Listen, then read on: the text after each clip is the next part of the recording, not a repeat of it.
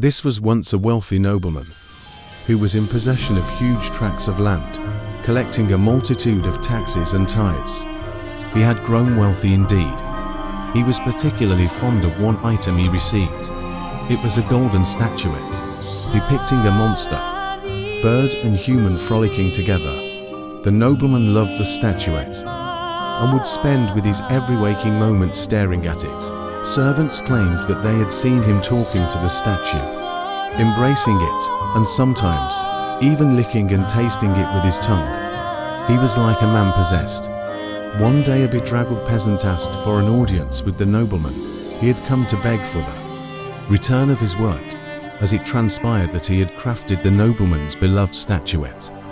But in fact, he had never intended to give the statuette away.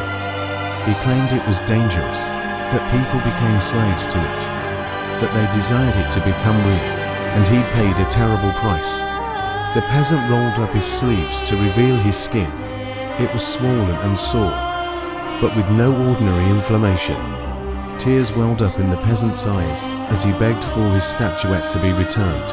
That nobleman took one look at the peasant and gave a snort of laughter. How can I return this if it was never yours to begin with? You own nothing. Everything in my land belongs to me. The nobleman kicked the peasant to the floor and stamped on his head.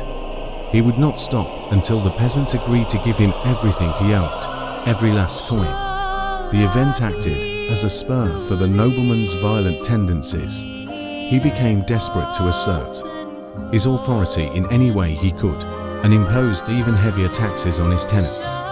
His love for treasure grew and grew, but it was no longer enough to merely look. He demanded that platters of gold and silver coins were served at mealtimes, forcing himself to swallow them.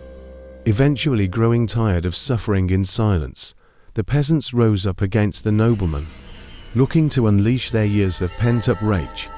They advanced on the castle. The nobleman's staff, aware that the time for civility had long passed, fled as soon as they saw the mob approach. The peasants were desperate to capture the nobleman, but could not find him anywhere inside the castle. It was then that one of their number heard a soft voice coming from the castle's treasure room. What the peasants saw was nothing short of a monster who had sold his soul for treasure. The nobleman was no longer human in appearance. His body all turned to treasure. The nobleman had become that which he so desired. It seemed his favorite gold statuette had taken possession of him. Perhaps that was what he had wanted all along. The monstrous nobleman turned on his peasants, killing them all. Humanity had abandoned him. He thought about nothing but maintaining and adding to his hoard of treasure. Apparently, this is still the case. One must be careful when acquiring treasure, for this selfish beast will think nothing of using its sharp claws to tear it from your grasp.